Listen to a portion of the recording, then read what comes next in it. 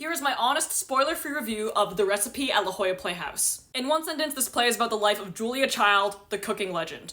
But if you're like me and you don't know anything about Julia Child, I would say a more accurate one-sentence description is privileged white woman fails up. I have two major issues with the show. The first is that the plot is wholly uninteresting. Typically, stories are moved forward by the character's wants, but Julia explicitly does not want anything, making for a very boring first act. Like, I would say if you don't know who Julia Child is, this show is very uninteresting. It's really like a stuff happens show rather than anything driven by motivations. The second is just as a person of color in the audience, the show just tells me that La Jolla Playhouse is not for people like me. Like, I know this is based on a real person, but as a person of color watching the audience, basically I'm just seeing a white person act really stupid and say a bunch of crap and succeed in life, whereas if a person of color did that at that time, like, they would definitely have gotten hate crimed. Also, the dialogue was super clunky and the pacing was super weird. Like, we went through an entire relationship and 4 months in the span of 5 minutes, and I was just, like, really confused.